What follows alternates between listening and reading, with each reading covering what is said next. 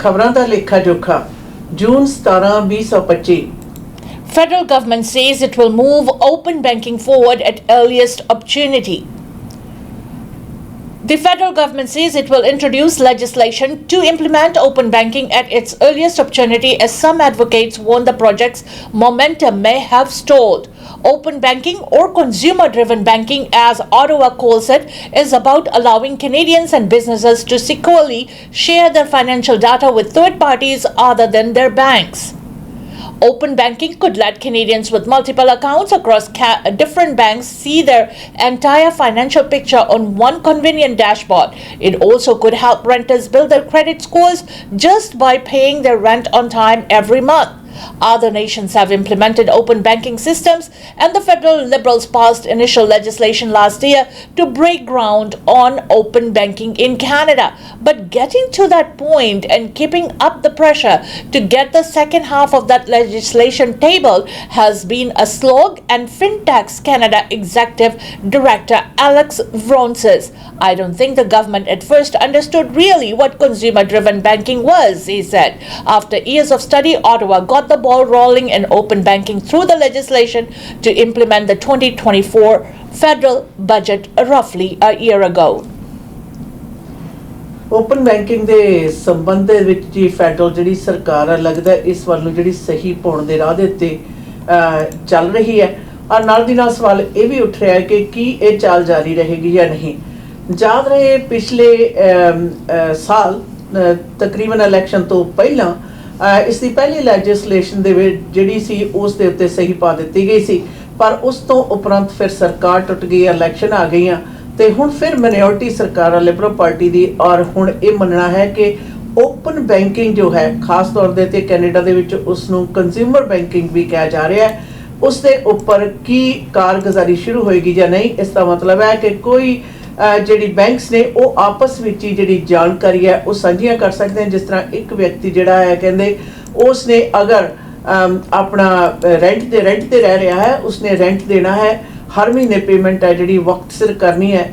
ਔਰ ਯਾਦ ਰਹੇ ਇਹ ਜਾਣਕਾਰੀ ਸਾਂਝੀ ਕਰਨ ਤੇ ਪਹਿਲਾਂ ਕਿਸੇ ਕਾਨੂੰਨੀ ਤੌਰ ਦੇ ਉੱਤੇ ਬੰਦਸ਼ਾਂ ਸਨ, ਪਰ ਹੁਣ ਅਗਲੀ ਲੈਜਿਸਲੇਸ਼ਨ ਹੈ ਜਿਹੜੀ ਉਸ ਦੇ ਵਿੱਚ ਇਹ ਦੂਸਰਾ ਪੜਾਅ ਹੈ ਜਿਹੜਾ ਇਸ ਦਾ ਓਪਨ ਬੈਂਕਿੰਗ ਦਾ ਉਹ ਕਦੋਂ ਹੋਏਗਾ। ਇਸ ਦੇ ਬਾਰੇ ਜਿਹੜੇ ਸਵਾਲ ਨੇ ਉਠਾਏ ਵੀ ਜਾ ਰਹੇ ਤੇ ਨਾਲ ਦੀ ਨਾਲ ਫੈਡਰਲ ਸਰਕਾਰ ਦੇ ਉੱਤੇ ਦਬਾਅ ਬਣਾਉਣਾ ਵੀ ਜਾਰੀ ਹੈ।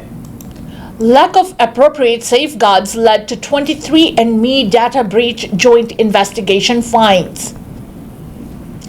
Canada's privacy watchdog says inadequate security measures opened the door to data breach discovered 2 years ago at genetic testing company 23andMe. Privacy Commissioner Philippe Dufresne said UK Information Commissioner Joan Edwards released the findings from their joint investigation of the breach, which affected almost 7 million people, including nearly 320,000 in Canada.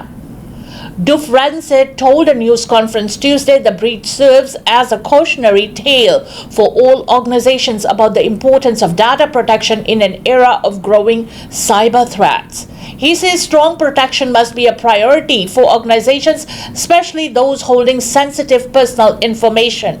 23andMe, which filed for bankruptcy in March, sells testing kits that use customers' saliva sample to uncover genetic information through DNA analysis, including details about health, ancestry, and biological relationships. Dufresne said Edwards announced last May they would look into the data breach scope, the company's data handling safeguards, and whether it's adequately notified regulators and affected individuals about the lapse.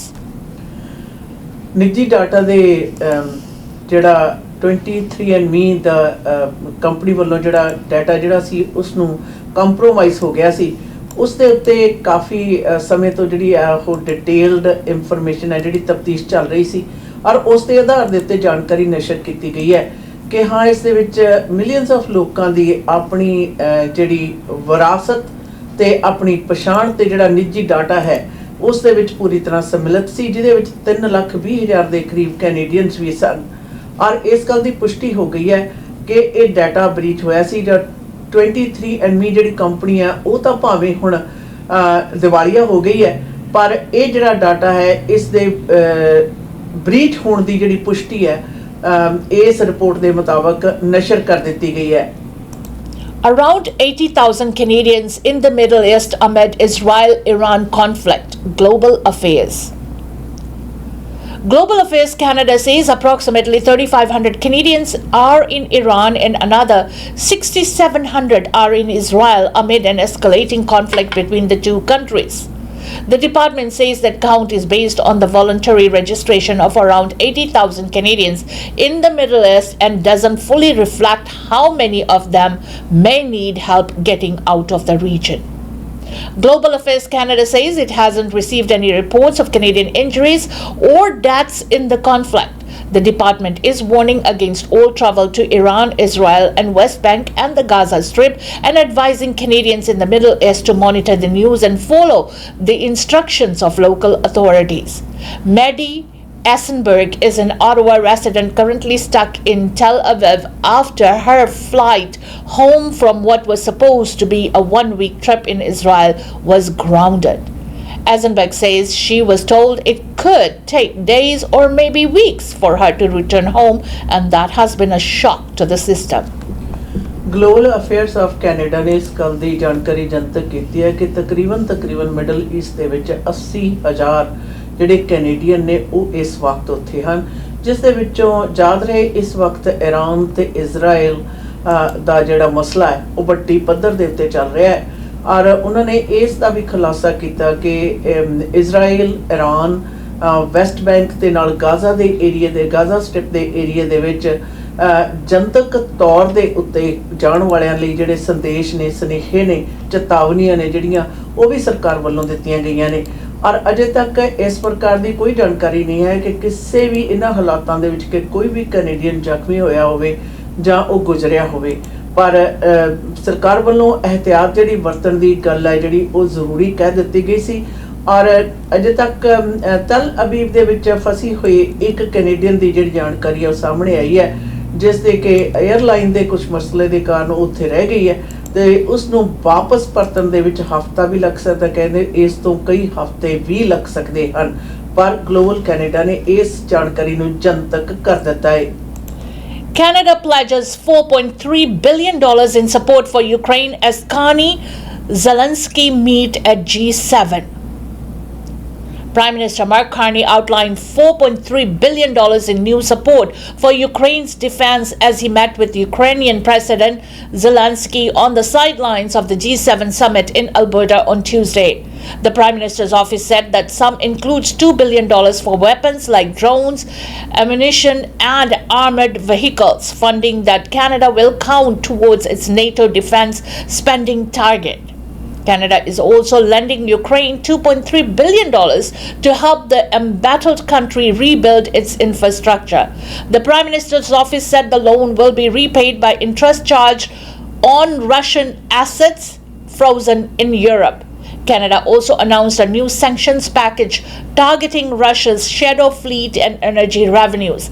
Carney, who is serving as the G7 summit host this year, invited Zelensky to the meeting and has said Canada intends to make Ukraine's defense central part of the discussions.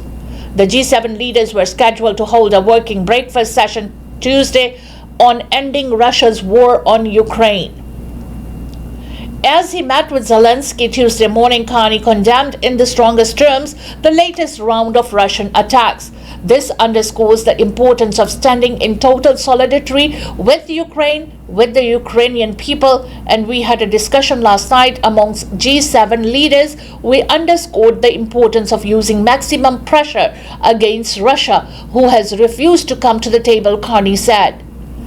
Kyiv was bombed overnight with 32 missiles and more than 440 drones, Zelensky said, the deadliest attack on the capital this year. 12 people were killed and more than 130 injured, Zelensky said, adding Russia targeted civilian infrastructure, including housing. It's a big tragedy for us and we need support from our allies, he said. thanking Canada for its aid. We are ready for the peace negotiations, unconditional ceasefire. I think it's very important. But for this, we need pressure. Carney said Canada's latest round of sanctions targets a number of individuals as well as 40 entities in Russia and 200 vessels in the so-called shadow fleet that Russia is using to evade sanctions. The G7 continues for its second and final day without US President Donald Trump, who left the talks ahead of schedule on Monday. Trump, who said he left early to deal with the escalating violence in the Middle East, is missing the sessions Carney set aside to focus on foreign policy.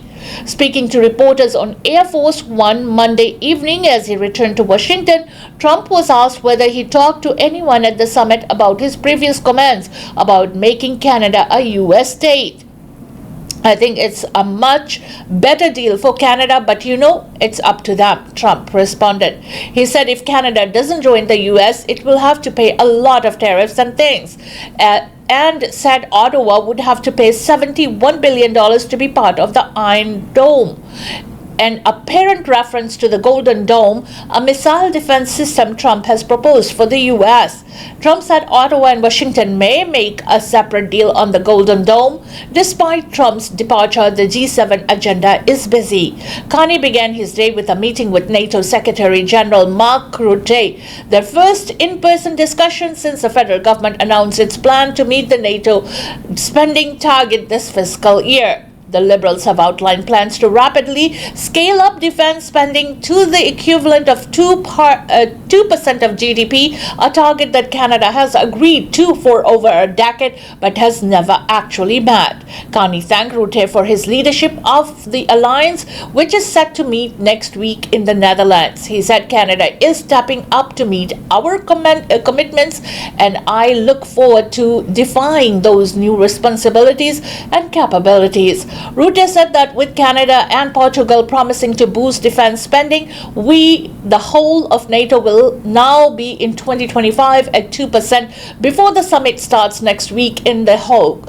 Indian Prime Minister Narendra Modi is to meet with Carney late Tuesday afternoon after attending various meetings, including a discussion of energy sovereignty with peers from Brazil, South Africa, and Mexico.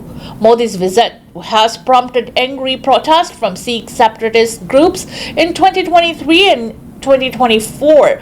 Former Prime Minister Justin Trudeau and the RCMP said there was evidence linking agents of the Indian government to the murder of Canadian Sikh separatist activist Hardeep Singh Nijjar in Surrey, BC in June of 2023. Last October, RCMP Commissioner Mike Duham said the police force had evidence linking Indian government officials to other crimes in Canada, including extortion and homicide.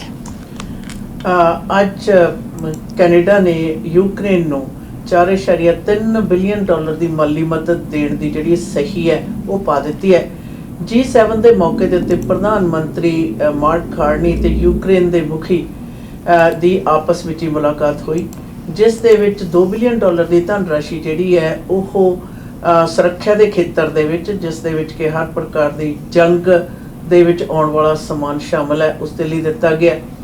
ਔਰ ਇਸ ਦੇ ਨਾਲ ਜੋ $2.3 billion ਹੈ ਉਹ Ukraine ਨੂੰ ਜੰਗ ਤੋਂ ਉਪਰੰਤ ਦੁਬਾਰਾ ਮੁੜ ਬਹਾਲ ਕਰਨ ਦੇ ਲਈ ਦਿੱਤਾ ਗਿਆ, ਜਿਹੜਾ ਕਿ ਵਿਆਜ ਦੇ ਦਿੱਤਾ ਗਿਆ ਔਰ ਉਸ ਦੀ ਜਿਹੜੀ ਵਿਆਜ ਸਮੇਤ ਜਿਹੜੀ ਭਰਪਾਈ ਹੈ ਉਹ ਯੂਕਰੇਨ ਵੱਲੋਂ ਕਰਨੀ ਹੋਏਗੀ। ਔਰ ਯਾਦ ਰਹੇ ਯੂਕਰੇਨ ਨੇ ਇਸ ਦੇ ਮੁਖੀ ਨੇ ਇਸ ਮਦਦ ਦਾ ਧੰਨਵਾਦ ਵੀ ਕੀਤਾ ਹੈ।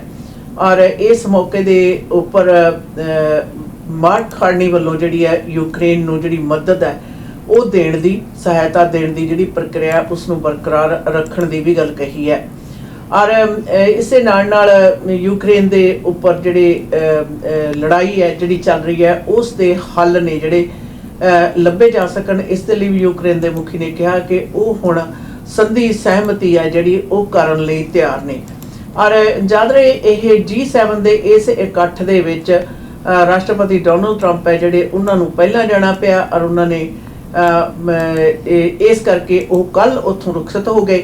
ਪਰ ਅੱਜ ਯੂਕਰੇਨ ਦੇ ਮੁਖੀ ਤੋਂ ਮਿਲਣ ਤੋਂ ਉਪਰੰਤ ਭਾਰਤ ਦੇ ਪ੍ਰਧਾਨ ਮੰਤਰੀ ਨਰਿੰਦਰ ਮੋਦੀ ਹੋਰਾਂ ਨਾਲ ਬਾਅਦ ਦੁਪਹਿਰ ਉਹਨਾਂ ਦੀ ਮੁਲਾਕਾਤ ਹੋਣੀ ਹੈ। ਔਰ ਇਸ ਤੋਂ ਪਹਿਲਾਂ ਜਿਹੜੇ ਨੇ ਉੱਥੇ ਕਾਫੀ ਜ਼ਿਆਦਾ ਜਿਹੜੇ ਵਿਖਾਵਾਕਾਰੀ ਨੇ ਉਹਨਾਂ ਨੇ ਆਪਣੇ ਵੱਖਰੇ ਜਿਹੜੇ ਸੋਚ ਹੈ ਉਸ ਦਾ ਪ੍ਰਗਟਾਵਾ ਵੀ ਕੀਤਾ। ਯਾਦ ਰਹੇ ਇਹ ਜਿਹੜੇ ਵਿਖਾਵਾਕਾਰੀ ਨੇ ਇਹ ਆਪਣੀ ਜਿਹੜੀ ਸੋਚ ਹੈ ਉਸ ਦਾ ਪ੍ਰਗਟਾਵਾ ਕਰ ਰਹੇ ਨੇ, ਜਾਂ ਇਹ ਵਿਖਾਵਾ ਜਿਹੜਾ ਹੈ ਖਾਸ ਤੌਰ ਦੇ ਉੱਤੇ 2023 ਤੇ 24 ਦੇ ਵਿੱਚ ਵੱਡੀ ਪੱਧਰ ਦੇ ਉੱਤੇ ਜਿਹੜੇ ਕਾਰਨ ਸਨ ਉਹ ਸਾਹਮਣੇ ਆਏ ਸਨ। Alberta Conservative Damian Kurak says he has officially resigned as an MP after promising earlier in the spring to vacate his seat in the Battle River Crowfoot riding to allow Conservative leader Pierre Poilievre to run in a by-election. Poilievre lost his Ottawa area seat in the general election to Liberal Bruce Fanjoy, a political rookie. Prime Minister Mark Carney has said he will call a by-election in the riding as soon as possible. ਪਿਛਲੀਆਂ federal election ਦੇ ਵਿੱਚ conservative party leader ਜਦੋਂ ਆਪਣੀ seat ਹਾਰ ਗਏ ਸਨ ਤਦ ਉਹਨਾਂ ਦੇ ਚੁਣੇ ਹੋਏ ਐਮਪੀ ਨੇ ਜਿਹੜਾ ਉਸਨੇ ਵਾਅਦਾ ਕੀਤਾ ਸੀ ਕਿ ਉਹ ਆਪਣੀ ਸੀਟ ਹੈ ਜਿਹੜੀ ਉਸ ਤੋਂ ਰਿਜ਼ਾਈਨ ਕਰ ਦੇਗਾ ਤਾਂ ਕਿ ਇਸ ਸੇਫ ਸੀਟ ਤੋਂ ਜਿਹੜਾ ਪਾਰਟੀ ਮੁਖੀ ਪੋਲੀਵਰ ਨੇ ਜਿਹੜੇ ਉਹ ਇਲੈਕਸ਼ਨ ਲੜ ਸਕਣ। ਔਰ ਉਹਨਾਂ ਨੇ ਇਸ ਗੱਲ ਦਾ ਖੁਲਾਸਾ ਕੀਤਾ ਕਿ ਉਹਨਾਂ ਨੇ ਆਪਣੀ ਜਿਹੜੀ ਸੀਟ ਤੋਂ ਬਤੌਰ ਐਮਪੀ ਰਿਜ਼ਾਈਨ ਕਰ ਦਿੱਤਾ ਹੈ ਔਰ ਹੁਣ ਉੱਥੋਂ ਕੰਜ਼ਰਵੇਟਿਵ ਪਾਰਟੀ ਲੀਡਰ ਹੈ ਜਿਹੜਾ ਉਹ ਇਲੈਕਸ਼ਨ ਲੜਨਗੇ ਤਾਂ ਕਿ ਉਹ ਪਾਰਲੀਮੈਂਟ ਦੇ ਵਿੱਚ ਬੈਠ ਸਕਣ। ਯਾਦ ਰਹੇ ਪ੍ਰਧਾਨ ਮੰਤਰੀ ਮਾਰਕ ਕਾਰਨੀ ਨੇ ਇਸ ਗੱਲ ਦਾ ਵਾਅਦਾ ਕੀਤਾ ਸੀ ਕਿ ਉਹ ਇਲੈਕਸ਼ਨ ਜਿਹੜੀ ਕਾਲ ਕਰਨ ਦੇ ਵਿੱਚ ਬਿਲਕੁਲ ਦੇਰੀ ਨਹੀਂ ਕਰਨਗੇ ਤਾਂ ਕਿ ਵਿਰੋਧੀ ਧਿਰ ਦੇ ਮੁਖੀ ਆਪਣੀ ਕਾਰਗੁਜ਼ਾਰੀ ਦੀ ਜਿਹੜਾ ਕੰਮ ਹੈ ਉਸ ਨੂੰ ਸੰਭਾਲ ਸਕਣ। Sikh protests set to continue in Calgary as Indian Prime Minister Modi arrives for G7 summit. Some Sikhs say they plan to continue protests in Calgary on Tuesday, condemning Indian Prime Minister Narendra Modi as he visits the G7 Leaders Summit. The advocacy group Sikhs for Justice had already held a day of protest Monday when Modi landed at the Calgary airport in the evening, then made his way to the summit, the nearby Wilderness Retreat. The protest in downtown Calgary included posters of the leader handcuffed in a prison jumpsuit and another depicting him behind bars. Activists have long been advocating for an independent Sikh state in India known as Khalistan. It has presented a challenge to Modi's government that resulted in tensions between Canada and its large Sikh community and India. Last fall, the RCMP accused Modi's government of having a role in murder extortion in Canada. In 2023, then Prime Minister Justin Trudeau accused Indian government agents of being involved in the killing of Sikh separatist activist Hardeep Singh Nijjar in Surrey, BC. There has been outrage since Prime Minister Mark Carney invited Modi as a guest at the G7 gathering. The federal NDP and some members of the Carney's caucus have raised concerns about the invite. However, Modi has been at several recent G7 summits. Bakshish Singh Sandhu, co-founder of Sikhs for Justice, said he is grateful to Carney for bringing Modi to Canada so he can be exposed and held responsible. Canada is hosting leaders from the United States, France, the United Kingdom, Germany, Japan, Italy, and the European Union. Leaders from several non-member countries, including Modi, have also been invited. Other groups have held protests in Calgary and Banff, including environmental activists, those upset about the war between Israel and Palestine, and the Russian invasion of Ukraine. Ukraine President Zelensky is also attending the summit. ਅੱਜ G7 ਦੇ ਵਿੱਚ ਭਾਗ ਲੈਣ ਲਈ ਆਏ ਹੋਏ ਭਾਰਤ ਦੇ ਪ੍ਰਧਾਨ ਮੰਤਰੀ ਨਰਿੰਦਰ ਮੋਦੀ ਉਹਨਾਂ ਦੀ ਖਿਲਾਫਤ ਦੇ ਵਿੱਚ ਕੀਤੇ ਜਿਹੜੇ ਮੁਜ਼ਾਹਰੇ ਨੇ ਕਾਫੀ ਜ਼ਿਆਦਾ ਸਿੱਖ ਜਥੇਬੰਦੀਆਂ ਵੱਲੋਂ ਕੈਲਗਰੀ ਵਿਖੇ ਹੋ ਰਹੇ ਨੇ ਔਰ ਇਸ ਦੇ ਪਿੱਛੇ ਉਹਨਾਂ ਦਾ ਕਾਰਨ ਹੈ ਵਿਖਾਵਾਕਾਰੀਆਂ ਦਾ ਕਿ ਭਾਈ ਹਰਦੀਪ ਸਿੰਘ ਨਿੱਜਰ ਦੇ ਕਤਲ ਦੇ ਵਿੱਚ ਜਿਹੜੇ ਭਾਰਤ ਸਰਕਾਰ ਦੇ EMPLOYE ਨੇ ਉਹਨਾਂ ਦਾ ਹੱਥ ਹੋਣ ਦੇ ਖਿਲਾਫਤ ਦੇ ਵਿੱਚ ਮੁਜ਼ਾਹਰੇ ਕੀਤੇ ਗਏ। ਯਾਦ ਰਹੇ ਪਿਛਲੇ 2023 ਤੇ 24 ਦੇ ਵਿੱਚ ਇਹ ਗੱਲ ਵੀ ਸਾਹਮਣੇ ਆਈ ਸੀ ਔਰ ਉਦੋਂ ਦੇ ਪ੍ਰਧਾਨ ਮੰਤਰੀ ਨੇ ਕਿਹਾ ਸੀ ਕਿ ਇਸ ਦੇ ਸਾਡੇ ਪਾਸ ਜਾਣਕਾਰੀ ਜਿਹੜੀ ਹੈ ਕ੍ਰੈਡੀਬਲ ਜਾਣਕਾਰੀ ਹੈ ਉਸ ਦੇ ਆਧਾਰ ਤੇ ਕਹਿੰਦੇ ਆ ਕਿ ਭਾਰਤ ਸਰਕਾਰ ਦਾ ਇਸ ਕਤਲ ਦੇ ਵਿੱਚ ਕੈਨੇਡੀਅਨ ਦੀ ਕਤਲ ਦੇ ਵਿੱਚ ਹੱਥ ਸੀ ਔਰ ਇਸ ਦੇ ਕਰਕੇ ਜਿਹੜੇ ਵਿਖਾਵਾਕਾਰੀ ਨੇ ਬੇਸ਼ੱਕ ਉਹ ਕੱਲ ਸਾਰਾ ਦਿਨ ਵਿਖਾਵਾ ਕਰਦਾ ਰਹੇ ਪਰ ਅੱਜ ਵੀ ਉਹਨਾਂ ਦਾ ਵਿਖਾਵਾ ਜਿਹੜਾ ਉਹ ਜਾਰੀ ਹੈ।